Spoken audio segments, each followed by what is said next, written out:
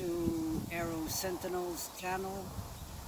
Today we're going to talk about the Brocock Commander HP Magnum. This is the second series of 4.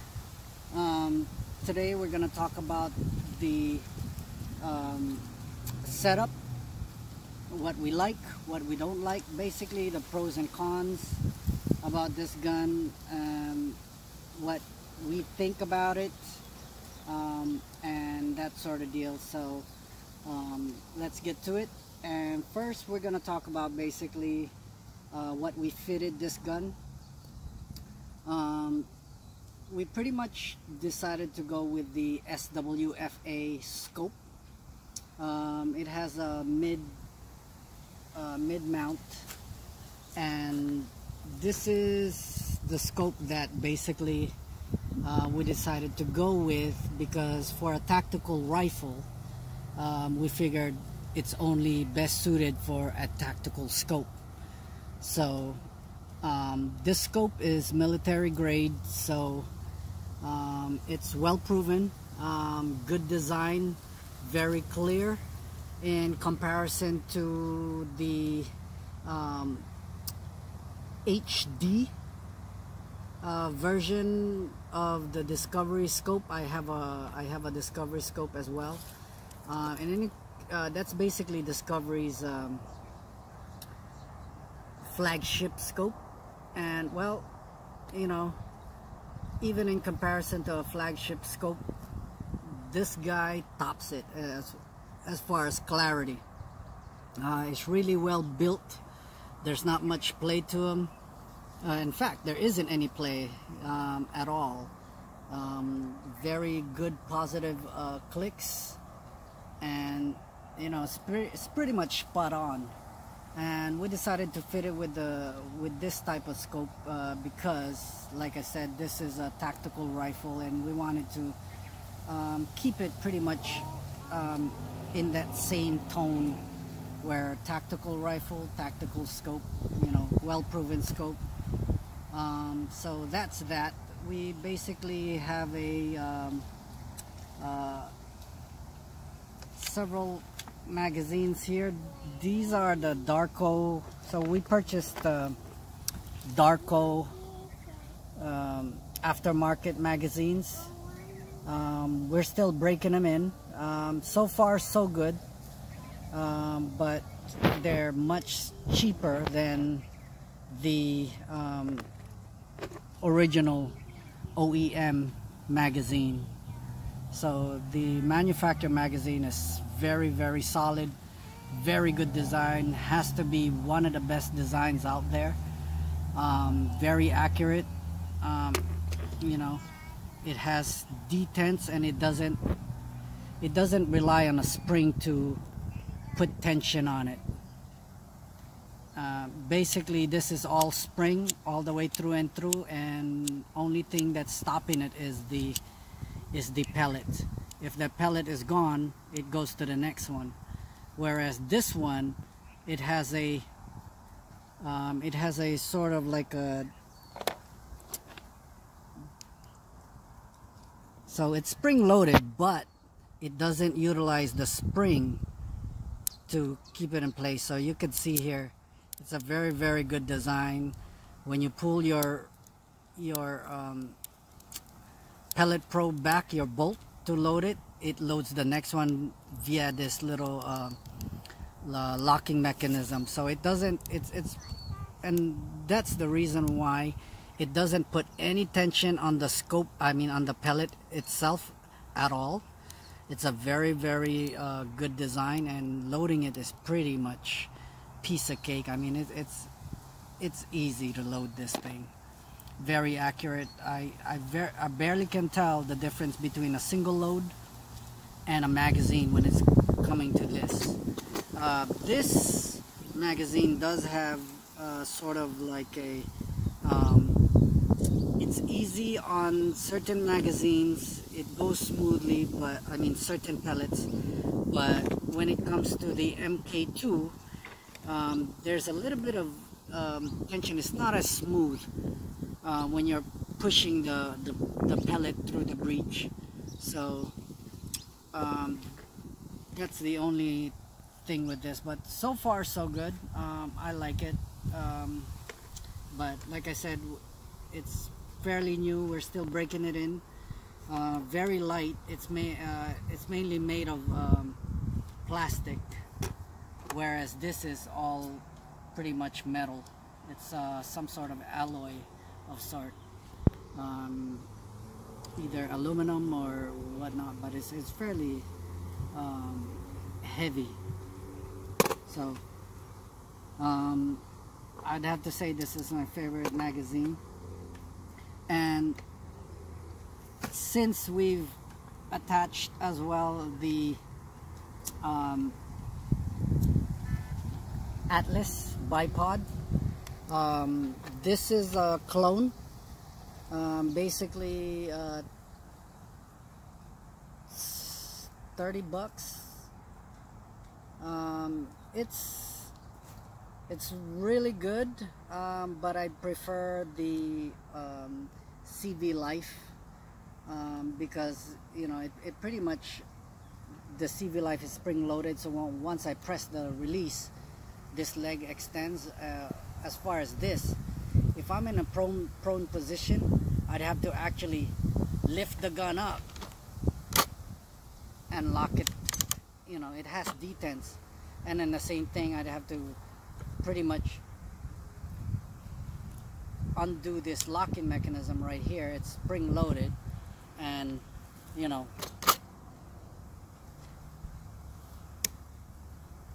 I can do it like that. You know, it's pretty much, it's a little bit more difficult to whereas the other one where it's spring loaded, I can just press it and it fully extends, and then I can just adjust it to where I like it.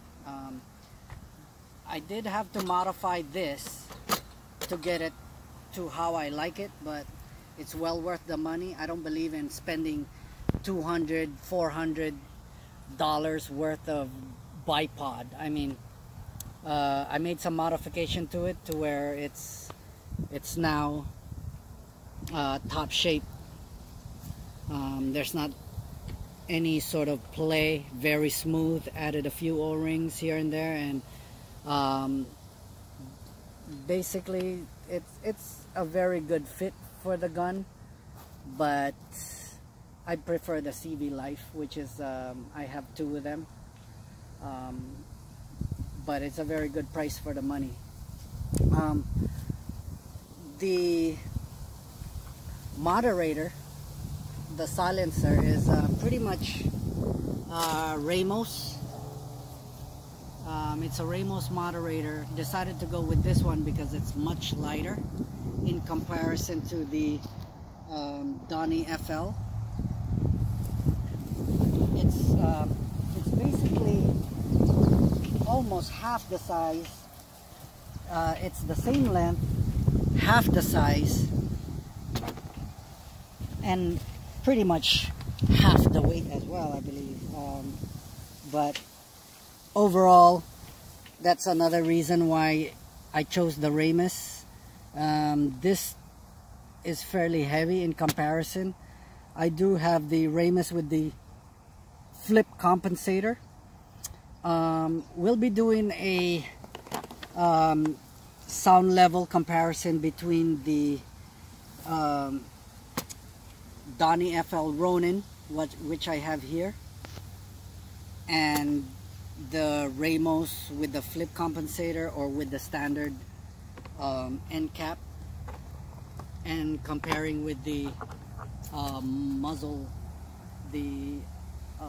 brake, the standard muzzle brake that it came with, which is right here. So we're gonna do that in the next video down the road, but right now that's what we have as far as configuration with this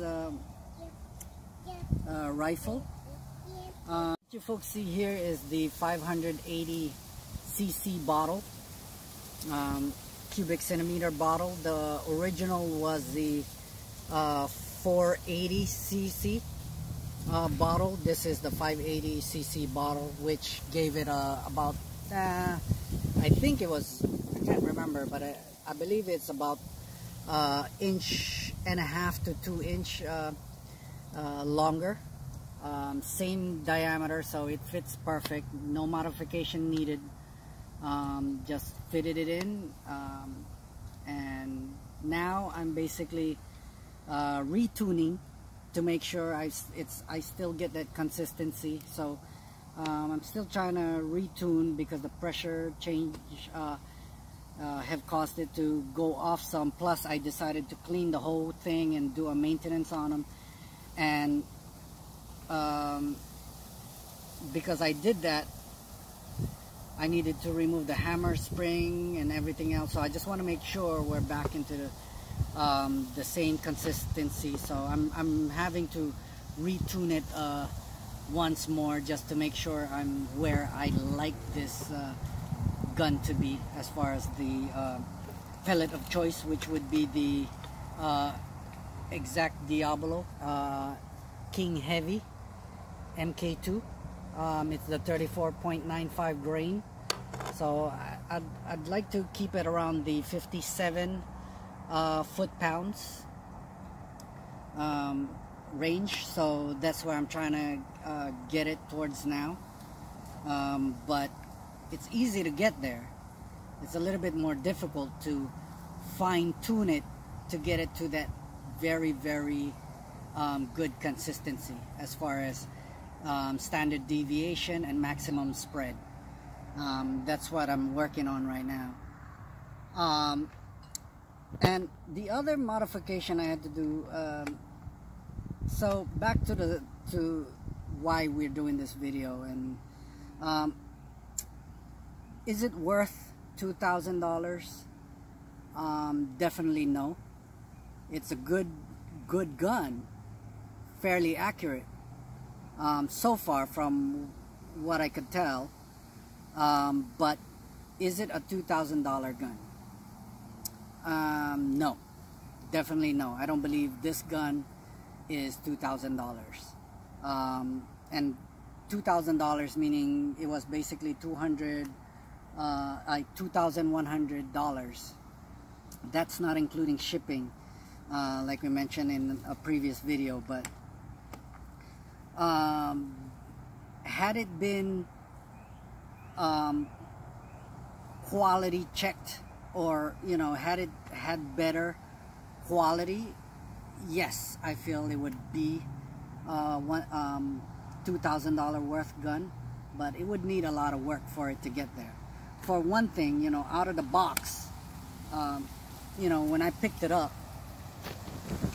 I shook this thing out of the box, and it was basically like this thing was wobbling and rattling like hell. It still does, but it isn't as bad now because I made some modification to reduce the tolerance. So when I say is it worth $2,000, I don't think so. Not by a good mile. Is it a $1,000 rifle? I think so. Not $2,000. So that's almost half of the price.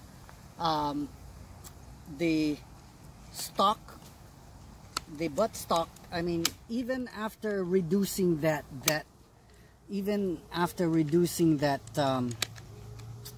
play, I still got a bit of play, the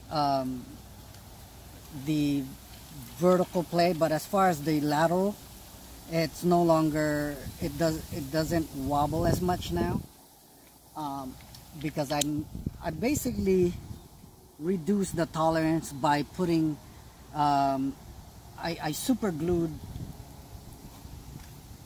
a thick cardboard on each side of this butt stock, but even with that, it's still kind of fidgety, and it was even worse out of the box, because not only was this wobbling, the plastic plastic butt stock, but also the shaft, the butt stock shaft assembly. It was wobbling because of the machining tolerance was not where it should be. So what I did was basically it was just a cheap fix. Didn't require anything but super glue and a piece of shim, paper shim that I utilized, and I basically shimmed here with a piece of paper, you know, and that keeps it from having that play. Once it's locked, it's locked. It's not wobbling anymore. So that's the good thing about what I did. Before it was just wobbly because of the tolerance. Machining tolerance wasn't where it should be for a $2,000 gun. Other than that, that's all the modifications I have done to this gun so far. I did also, so out of the box, I also had to tighten the bolt action.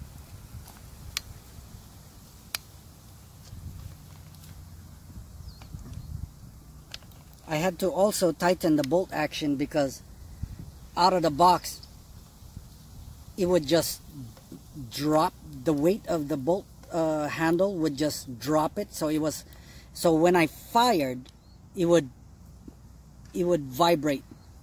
So I put a little bit of tension to it and I made modification. That's one of the other thing why I had to basically tear it completely apart and redo the bolt action, get it to where it's supposed to be. So again, that's not a machining problem. It's more of a quality check issue at factory. So those are the bad thing about this gun. The other thing that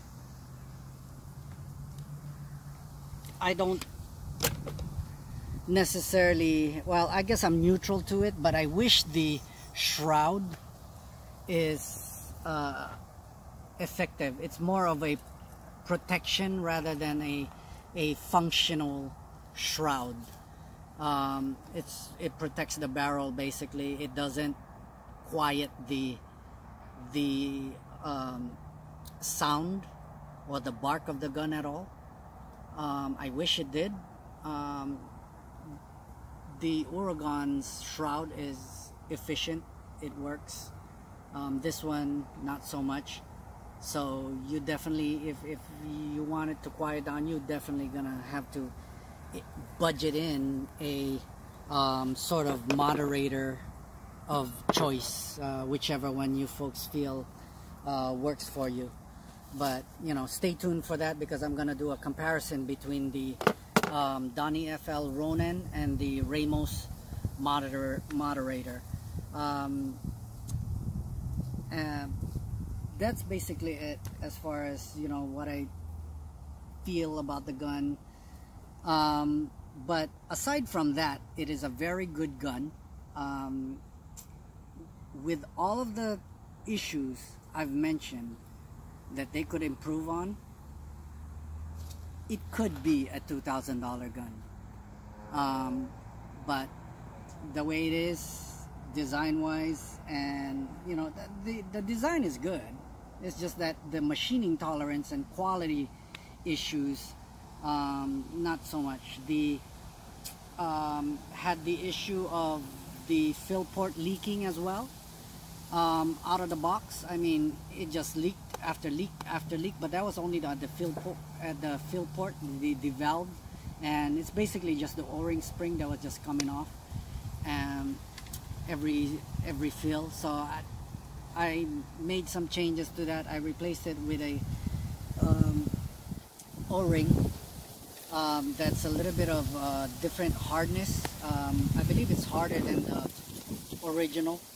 So that's why now I don't get any leaks at all. They did send me, after reaching out to Brocock, they did send me a spare. So customer service wise, I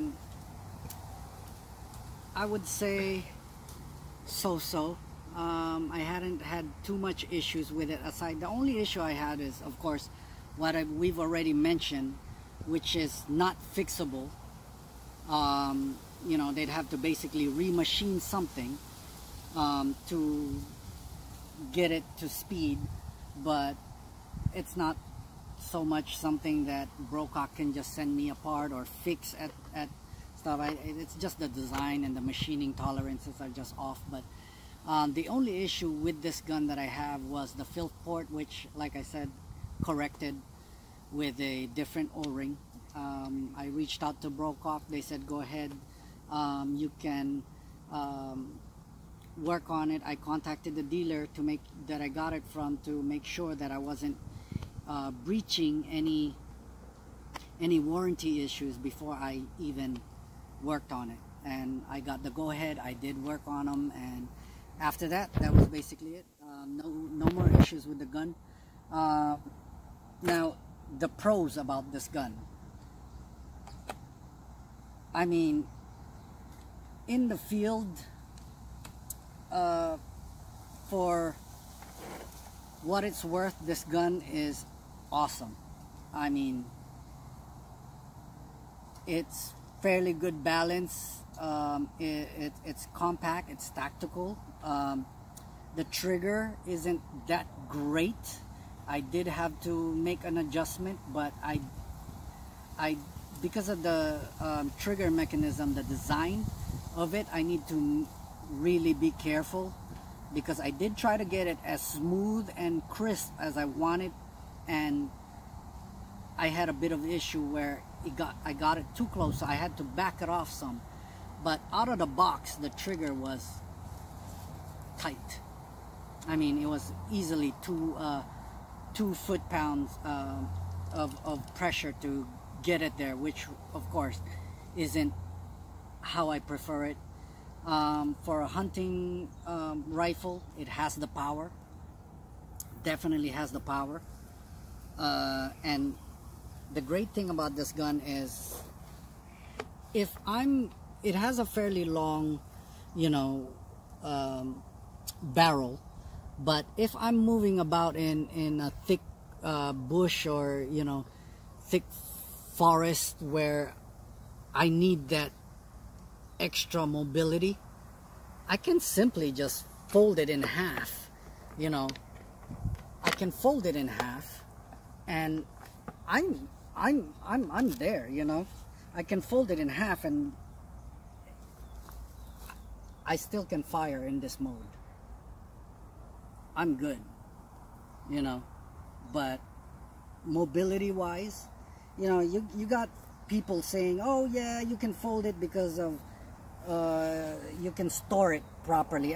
Storing it in this position, I don't see it to be practical, because it becomes thicker, and, you know, a gun case, for it to be that deep, I can see a duffel bag, yes. A backpack, no. You'd have a significant amount of things sticking out, or you need a very long backpack. But aside from that, as far as practicality out there in the field, I mean, it's fairly light. It's a good gun, and if I need to move about, and, you know, I need extreme mobility, I can simply fold the buttstock, and I can basically just walk around with them, you know. And it's light enough, you know, with it, with the bipod, the scope, I mean, and moderator, and the bigger capacity tank, it's still fairly light. It's not super heavy, and it's real easy feel. I mean, it's a very good gun when it comes to mobility, because you can fold the stock and you can still fire the stock, unlike some AR builds out there, the real firearms, where once you fold the stock, you can't fire them in that mode. This gun, you can fire it in this mode, basically, and like I said, I mean, look at that length after that, as far as mobility. I mean, that's the length you're working with when you need extreme mobility. I mean, I can even fire it in this position. I mean, it's a good gun. The other thing, you know, the other thing about this gun that I really like is this adjustment. It's not pellet picky, unlike some guns, like the various guns that I've had in the past. You know, it's basically because of this adjustability and the tunability. You got 6 levels of this power adjustment. Basically, if you wanted to fire a lighter pellet, you know, and for stability, you don't want that velocity to be so high, you can tune it way down depending on the pellet weight. So that alone, that is a significant plus on this gun.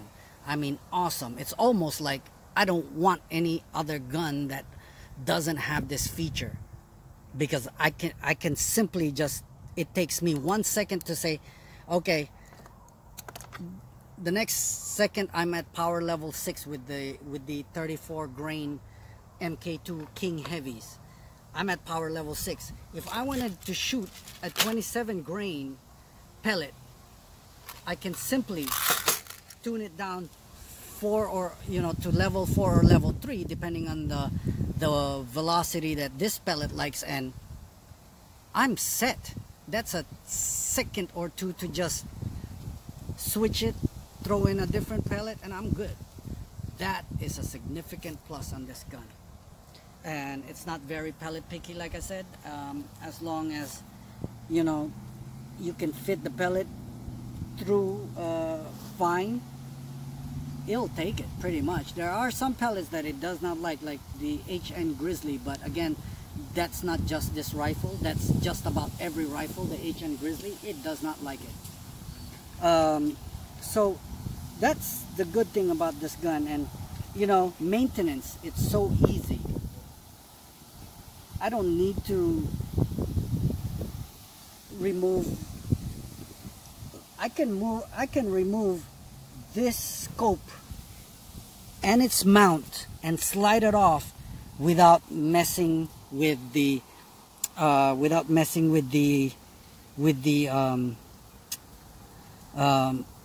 scope setting.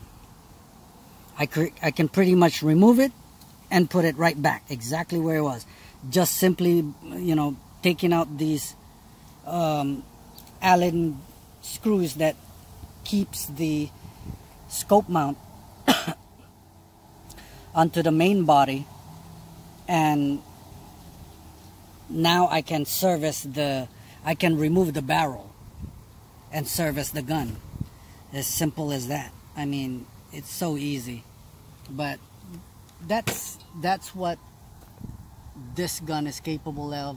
It is good with so many different pellets. I still have yet, after tuning, I'm gonna go back to the pellets that I originally tested out of the box, which was a significant amount of them. A various HN, the JSBs, and basically, I mean, it took just about every single one of those, and it was fairly accurate, you know. Of course, at the time it was at 55 meters. Now my zero is at, because I tuned it for much longer distance and more power, out of the box I think I was getting like 38 foot-pounds or 35 foot-pounds, around there. But now I'm at 57 foot-pounds. So aside from all of that, a quick summary is basically the gun, for what it's worth, it is not worth $2,000. Is it a $1,000 gun? Yes, easily. With all the quality issues with regards to machining tolerance and design, if those were resolved, yes, definitely it's a $2,000 gun. Accuracy wise, so far, because we're still tuning it, it's accurate. I did get it on target with regards to, you know, 98 meters. That's the longest I ever took this gun, and that was to take down a prey. And where I put the crosshairs, that's exactly where it landed. And one shot, one kill at 98 meters.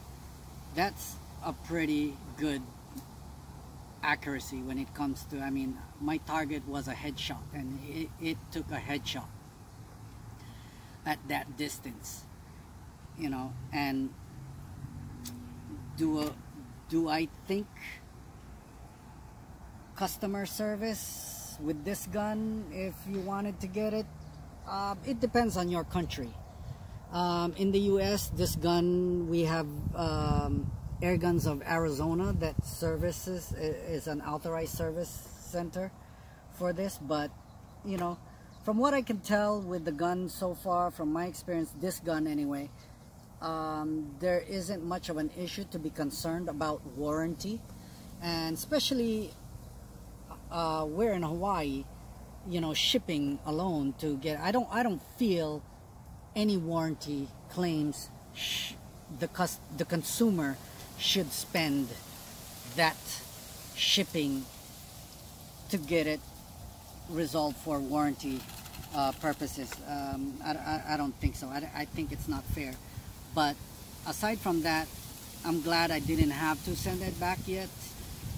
There is no issue. I don't think there will be any issues that I foresee. Serviceability on the gun is very easy. Maintenance is very easy. Adjustability is very easy. That's basically it. I mean, as far as pellet choices, I really like that it can shoot a variety of pellets. So those are the pluses and the minuses, and hopefully that's it for this series. On the next one, we'll talk about more in detail of what we did to get it tuned to where we want it and where we are at with regards to power, foot-pounds, and pellet choices. See you folks on the next one, and thanks for watching. Lot of people on YouTube, you call me a homo, but you think I stand by this? Well, that shit is a no-go. You're all coming one, because when you